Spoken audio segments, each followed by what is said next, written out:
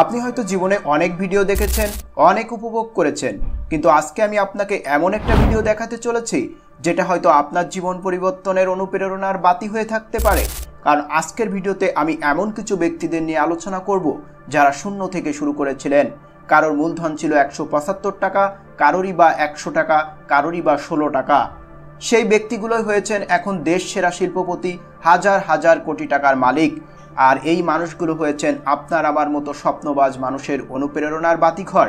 এমনই কিছু দেশের শীর্ষ শিল্পপতিদের অন্যতম হলেন শেখ আকিজউদ্দিন। শেখ আকিজউদ্দিন একজন কমলালেবুর ফেরিওয়ালা, যিনি মাত্র 16 টাকা পকেটে সম্বল নিয়ে ভাগ্য গড়তে বেরিয়েছিলেন। একদম শূন্য থেকে আল্লাহর রহমত, চেষ্টা, পরিশ্রম আর আইডিয়াকে কাজে লাগিয়ে তিনি বাংলাদেশের সর্বকালের একজন সেরা উদ্যোক্তায় পরিণত হয়েছিলেন। তার প্রতিষ্ঠিত আকিজ গ্রুপের কর্মী সংখ্যা 50,000-এর বেশি। আকিজ গ্রুপ প্রায় 15,000 কোটি টাকার মালিক। শেখ আকিজউদ্দিনের জন্ম খুলনার ফুলতলা থানার মধ্যডাঙ্গা গ্রামে। বাংলাদেশের দক্ষিণাঞ্চলে ছবির মতো সবুজ সুন্দর একটি গ্রামে তার শৈশব কাটলেও অভাব ছিল তার নিত্যসঙ্গী। বাবা ছিলেন মৌসুমি ফসল কেনাবেচার সাথে জড়িত ক্ষুদ্র ব্যবসায়ী।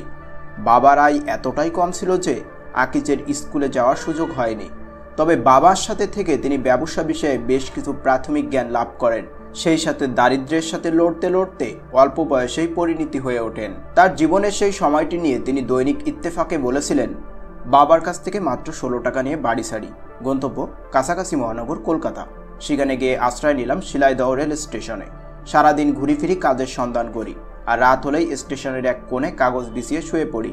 সারাদিনের খাবার 6 পয়সার ছাতু। এর থেকে বেশি খরচ করার সুযোগ ছিল না, কারণ টাকা দ্রুত ফুরিয়ে আসছিল, কিন্তু উপযুক্ত কাজ খুঁজে পাচ্ছিলাম না। এভাবেই বেশ কিছুদিন ভিক্ষুকের মতো স্টেশনে কাটানোর পর তার পরিচয় হয় সেখানকার জাকারিয়া হোটেলের মালিকের সাথে, যিনি দয়া করে শেখ আকিজকে তার হোটেলের এক কোনায় থাকার জায়গা করে দেন। এরপর তিনি জানতে পারলেন কমলালেবুর ব্যবসায় খুব কম পুঁজি লাগে, এতে বেশ ভালো ব্যবসা হয়। এরপর তিনি শুরু করলেন পাইকারি দরে কমলালেবু কিনে ফেরি করে বেচা। কলকাতার হাওড়া ব্রিজের আশেপাশে এলাকায় তিনি কমলালেবু ফেরি করে বিক্রি করতেন। এই ব্যবসার জন্য দিনে 2 টাকা পুলিশকে চাঁদাও দিতে হতো। সেই ফুটপাতের কমলা ব্যবসায়ী অনেক চড়াই উতরাই পার করে এক বন্ধুর মাধ্যমে বিড়ির ব্যবসা করে 60,000 টাকার পুঁজির মালিক হন। 1955 সালের দিকে তার মূলধন গিয়ে দাঁড়ায় প্রায় 60,000 টাকার মতো। কিন্তু এবারও তার উপর নেমে আসে দুর্ভাগ্যের কালো থাবা। দৈনিক ইত্তেফাকে প্রকাশিত সাক্ষাৎকারে তিনি বলেছিলেন, হঠাৎ রাতে দেখি আগুন লেগে পুরো দোকান ছাই হয়ে গেছে। সারা জীবনের সংশয় হারিয়ে আমি আবার পথের ফকির হয়ে গেলাম। তবে সবকিছু হারিয়েও তিনি ভেঙে পড়েননি। তার বিশ্বাস ছিল সৃষ্টিকর্তা নিশ্চয় সদয় হবেন। এই প্রসঙ্গে তার ভাষ্য ছিল, সারা জীবনের সংশয় হারিয়ে আমি আবার পথের ফকির হয়ে গেলাম, কিন্তু এক মুহূর্তের জন্য মনোবল হারাইনি। আমার দৃঢ় বিশ্বাস ছিল আবার শূন্য থেকে শুরু করব, উপরওয়ালা নিশ্চয়ই সদয় হবেন। ধার কর্য করে তিনি আবার নতুন করে শুরু করলেন। মহাজনদের সাহায্যে আবারও দোকান নির্মাণ করলেন।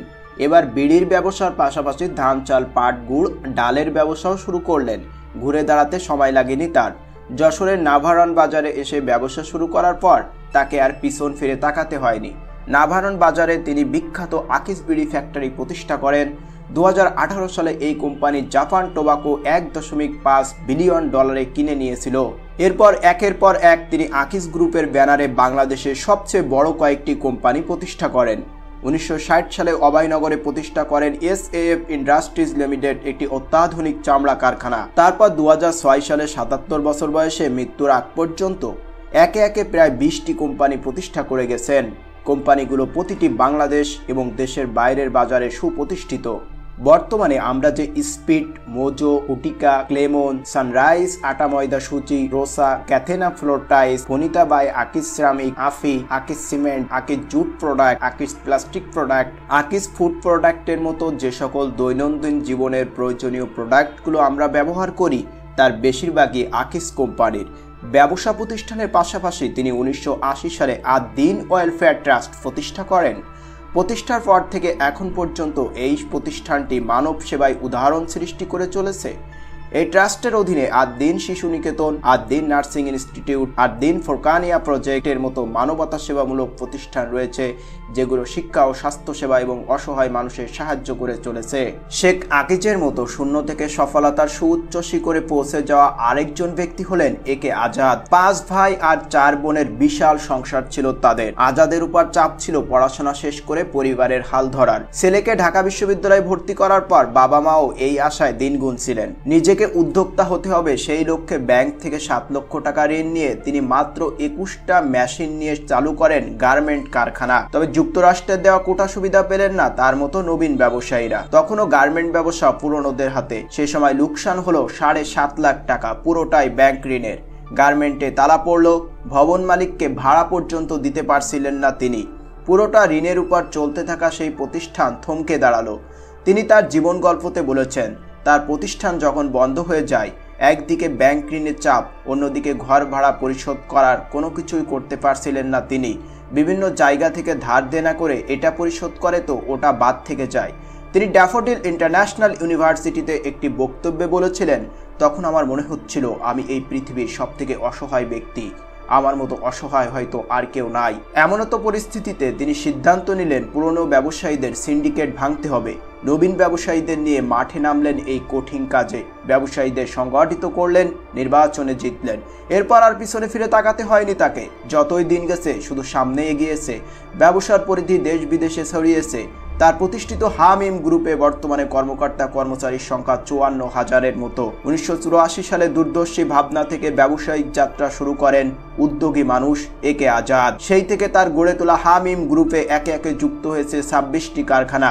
দীর্ঘ 3 দশকের যাত্রায় এই গ্রুপের ওভেন পোশাক পণ্য প্রস্তুতকারক কারখানাগুলোর মধ্যে রয়েছে artistic design limited, Hamim apparels limited, that's it garments limited, that's it sports wear limited, apparels gallery limited, Rifat garments limited, creative collection limited, next collection limited, Hamim design limited. এর মধ্যে অন্যতম প্রধান রপ্তানিকারক ইউনিট হলো রিফাত গার্মেন্ট লিমিটেড। প্রতিষ্ঠানটি যাত্রা শুরু করেন 2004 সালে। 2021 সালে BGMEI এর শীর্ষ রপ্তানিকারক সদস্য কারখানা ইউনিটগুলোর তালিকা পর্যালোচনা করলে দেখা যায় প্রথম অবস্থানে রয়েছে হামিম গ্রুপ। 3টি কারখানা Rifat garment artistic design apparel গ্যালারির মাধ্যমে 2021 সালে হামিম গ্রুপ রপ্তানি করেছে $58 কোটি বেশি পণ্য। যে মানুষটা একসময় ব্যাংক ঋণের ভারে নুয়ে পড়েছিলেন, বাড়ি ভাড়া দিতে পারছিলেন না, বিভিন্ন জায়গা থেকে ধার দেনা করে এটা পরিশোধ করে তো ওটা বাদ থেকে যাচ্ছিল। 2 টাকার গাড়ির ভাড়ার জায়গায় ছোট ভাই 16 টাকা ব্যয় করেছিল বলে ছোট ভাইকে ধমক দিয়েছিলেন, সেই মানুষটা এখন শত শত কোটি ডলারের মালিক। হাজার হাজার মানুষের কর্মসংস্থান করে দিচ্ছেন, হাজার হাজার কোটি টাকা বিদেশে রপ্তানি করে দেশের অর্থনীতিকে সমৃদ্ধ করছেন, চাঙ্গা করছেন, দেশকে এক অনন্য উচ্চতায় নিয়ে যাচ্ছেন। এমনই উদ্যোগী মানুষ যদি বাংলাদেশের যুগের পর যুগ জন্মগ্রহণ করতে থাকে, তাহলে বাংলাদেশ উন্নতির চরম শিখরে পৌঁছে যাবে। আপনি আমিও হতে পারি তার মতো এমন উদ্যোগী মানুষ, যদি আমাদের 2 চোখ ভরা থাকে স্বপ্ন। একে আজাদের মতো আরেকজন আত্মপ্রত্যয়ী স্বপ্নবাজ উদ্যোক্তা হলেন সুফি মিজানুর রহমান। সুফি মিজানুর রহমান কর্মজীবনের শুরুতে উচ্চ মাধ্যমিক পাশ করে নারায়ণগঞ্জের জালাল জুট ভ্যালির কোম্পানিতে 100 টাকা বেতনে চাকরি শুরু করেন। 100 টাকা বেতনের সেই কর্মচারী মাত্র 1483 টাকা দিয়ে যে ব্যবসা শুরু করেছিলেন, সেই ব্যবসায় এখন শিল্প কারখানা এবং প্রতিষ্ঠানের সংখ্যা দাঁড়িয়েছে 34টি। ঢেউটিন, ফ্লোট গ্যাস, কৃষি, মৎস্য, পরিবেশ বান্ধব জাহাজ ভাঙ্গা কারখানা, টেক্সটাইল, পণ্য জ্বালানি, গাড়ি সংযোজন সহ 11টি খাতে রয়েছে পিএইচপি পরিবারের ইনভেস্টমেন্ট। বিশ্ব ব্যাংক গ্রুপ প্রতিষ্ঠান, ইন্টারন্যাশনাল ফিন্যান্স কর্পোরেশন IFC 2020 সালে বাংলাদেশের বেসরকারি খাত নিয়ে একটি প্রতিবেদন প্রকাশ করে। ওই প্রতিবেদনে আয়ের দিক থেকে নেতৃত্ব দিচ্ছে এমন 23টি কোম্পানির তালিকায় পিএইচপির অবস্থান দেখানো হয় 11তম। আর পিএইচপির পক্ষ থেকে জানানো হয়েছে গ্রুপের বার্ষিক লেনদেন এখন 6000 কোটি টাকার বেশি। পিএইচপি পরিবারের কর্ণধার সুফি মিজানুর রহমান। সুফি মিজানুর রহমান বলেন, সাধারণ মানুষ দিনে 8 ঘন্টা পরিশ্রম করে, আর অসাধারণ হতে হলে 16 ঘন্টা পরিশ্রম করতে হবে, না হলে সফলতার দেখা মিলবে না। সুফি মিজানুর রহমান শিক্ষাখাত উন্নয়ন সহ সমাজ সেবায় গুরুত্বপূর্ণ অবদান রেখেছেন। বাংলাদেশের বিভিন্ন শিক্ষা প্রতিষ্ঠান প্রতিষ্ঠায় তার অবদান রয়েছে। বেসরকারি বিশ্ববিদ্যালয় university of information technology and science প্রতিষ্ঠায় তিনি ভূমিকা পালন করেন। এছাড়াও ঢাকার কাঞ্চননগর গ্রামে 50 শয্যার একটি হাসপাতালও প্রতিষ্ঠা করেছেন। 1974 সালে 8ম শ্রেণীতে থাকা অবস্থায় বাবার মৃত্যু হয়। দরিদ্রের কষাঘাতে উচ্চ মাধ্যমিক পর্যন্ত চালিয়ে যান পড়ালেখা। মাত্র 360 টাকার জন্য পরীক্ষা দেওয়া হয়নি এইচএসসি। জীবনকে পরিবর্তনের আশায় শূন্য হাতে উঠে পড়েন ঢাকাগামী বাসে, কিন্তু ভাড়া না থাকায় বাসের হেল্পার নামিয়ে দেয় নরসিংদীর ইটাখোলা বাস স্ট্যান্ডে। এই নামানোটাই তার নতুন জীবনের শুরু। বলছি থার্মেক্স গ্রুপের প্রতিষ্ঠাতা আব্দুল কাদির মোল্লার কথা। ইটাখোলায় দাঁড়িয়ে থাকা ময়মনসিংহ থেকে আসা দিনমজুরের সাথে কামলা খাটেন অন্যের জমিতে। তারপর চাকরির জন্য ঢাকা যাওয়ার উদ্দেশ্যে উঠে পড়েন ট্রেনে। এই ভুল ট্রেনই জীবনের মোড় ঘুরিয়ে দেয় তাকে, নিয়ে যায় নারায়ণগঞ্জের মদনগঞ্জে। চায়ের দোকানে পত্রিকায় দেখতে পান কারিগরি শিক্ষার বিজ্ঞাপন। স্টাইফেন্ড নিয়ে ভর্তি হন বাংলাদেশ ইনস্টিটিউট অফ মেরিন টেকনোলজিতে। নিজেকে তৈরি করতে অনেক কাঠখড় পোড়াতে হয়েছে তার। জীবন সংগ্রামের শুরুর দিকে কারিগরি শিক্ষা নিয়ে পাড়ি জমান সিঙ্গাপুরে। 1979 থেকে 1984 সাল পর্যন্ত সিঙ্গাপুরের একটি শিপইয়ার্ডে কাজ করতেন আব্দুল কাদির মোল্লা। এরপর দেশে ফিরে 1997 সালের আগ পর্যন্ত ঠিকাদারি করেন। সে বছর নরসিংদীতে একটি তৈরি পোশাক কারখানা প্রতিষ্ঠা করেন। 1920 সালের কর্মী নিয়ে যাত্রা শুরু হয় তার প্রতিষ্ঠানটি। আর পিছে ফিরে তাকাতে হয়নি তাকে। এরপর একটি ইউনিট চালু করেন, পরে চাহিদা অনুযায়ী আরেকটি ইউনিট চালু করেন। এভাবে চলতে চলতে একে একে বস্ত্র খাতে আরও কয়েকটি প্রতিষ্ঠান তৈরি করেন। কালক্রমে বাংলাদেশের শীর্ষস্থানীয় গ্রুপে পরিণত হয় থার্মেক্স গ্রুপ। বর্তমানে এই গ্রুপের অধীনে 16টি প্রতিষ্ঠান রয়েছে, সবগুলোই শতভাগ রপ্তানিমুখী তৈরি পোশাক কারখানা। থার্মেক্স গ্রুপের প্রতিষ্ঠাতা আব্দুল কাদির মোল্লা তার জীবন গল্পতে বলেছেন, তার সামনে চিকিৎসার অভাবে তার বোনের মৃত্যু তিনি দেখেছেন। পিতামাতার মৃত্যুও তিনি অল্প বয়সেই দেখেছেন। চরম দারিদ্র্যের কষাঘাতে তাকে জর্জরিত হতে হয়েছিল, কিন্তু তিনি কখনো হতাশ হননি, বরং তিনি শূন্য থেকে শুরু করেছেন। সফলতার সুউচ্চ শিখরে পৌঁছে গিয়েছেন। বর্তমানে থার্মেক্স গ্রুপ কম বেশি 1200 কোটি টাকার বেশি পোশাক রপ্তানি করে থাকে। এই গ্রুপের নানা প্রতিষ্ঠানে 16,000-এর বেশি কর্মী রয়েছে। শূন্য থেকে সফলতার সুউচ্চ শিখরে পৌঁছে যাওয়া আরেকজন সফল শিল্প উদ্যোক্তার নাম মোস্তফা কামাল।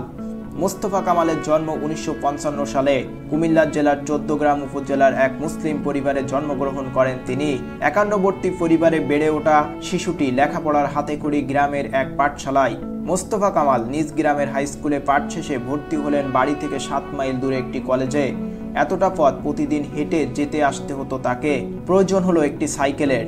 বাবার কাছে আবদার করলেন সাইকেল কিনে দিতে, কিন্তু টাকার অভাবে বাবা তার এই আবদার পূরণ করতে পারলো না। তখন অনেকটা অভিমান করে ঘর ছাড়লেন কিশোর মোস্তফা কামাল। কে জানতো তার এই অনিশ্চিত যাত্রায় একদিন পরিণত হবে স্বপ্নযাত্রায়। মোস্তফা কামাল চলে এলেন ঢাকায়।